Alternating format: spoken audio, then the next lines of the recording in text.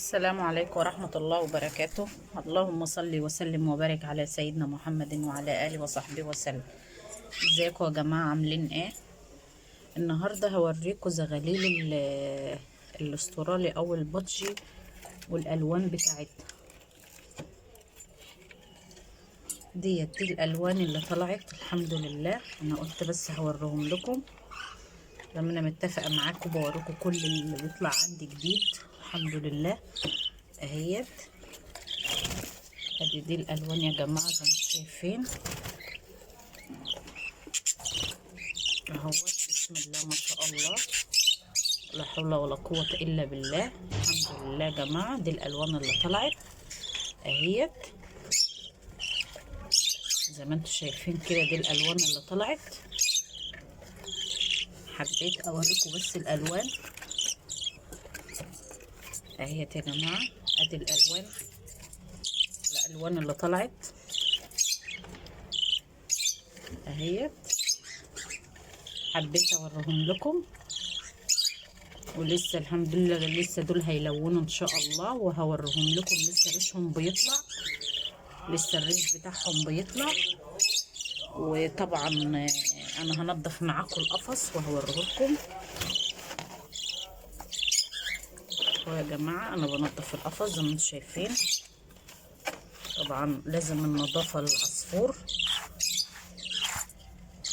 طبعا لازم النظافه للعصفور زي ما انتم شايفين. انا بنضف لهم اهو. طبعا انا هدخل الزغاليل بس عشان ايه ما تقعش، وده البرد والجو برد.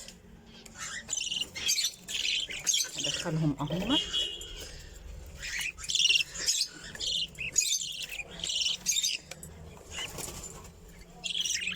معاكم كل حاجه، بصور كل حاجه معاكم. طبعا انا حبيت اوريهم لكم زي ما انتم شايفين اهو، زي ما انتم شايفين اهو.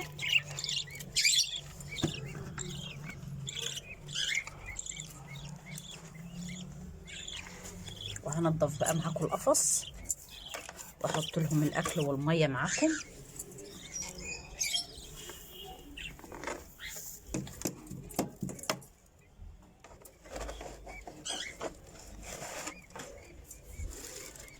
طبعا احنا زي ما احنا قايلين ان البادجي او الاسترالي طبعا يا جماعه زي ما انتم شايفين انا حاطه لهم جزر في القفص اهوت. طبعا انا قايله لكم البادجي طبعا بيشتغلوا شغل سهل. زي ما انتم شايفين الزغاليل الحمد لله بصحه جيده طبعا لان انا بغذيهم كويس. انا بنضف معاكم القفص يا جماعه.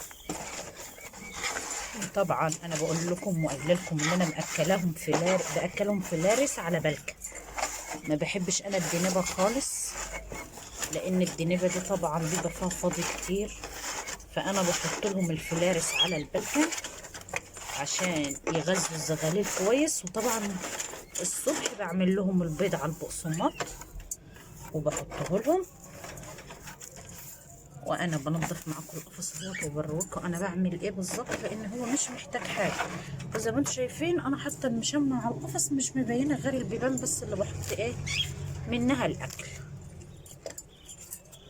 بحط لهم الاكل وبحط لهم الميه، بحط لهم الفيتامينات وبحط لهم الحاجات دي لان الحاجات دي مهمه جدا للعصفور.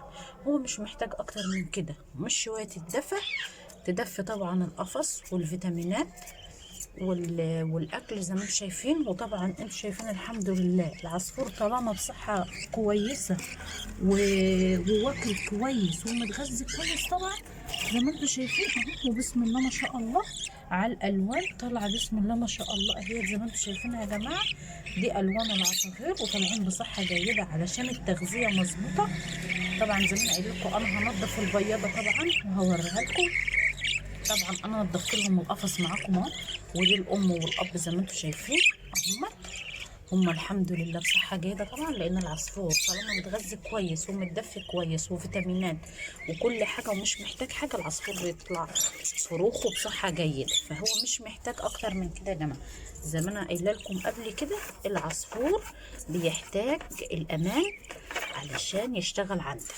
طالما ما اديتش للعصفور الامان مش هيشتغل عندك، فانت تديله الامان عشان يشتغل عندك. طبعا يا ريت اللي ما اشتركش في القناة بتاعتي يشترك ويعمل لي لايك وسبسكرايب، واي جديد ان شاء الله بامر الله انا هقول لكم عليه وهوريه لكم بامر الله. وتدعموني في القناة عشان القناة مش هتكبر غير بيكم. والسلام عليكم ورحمة الله وبركاته.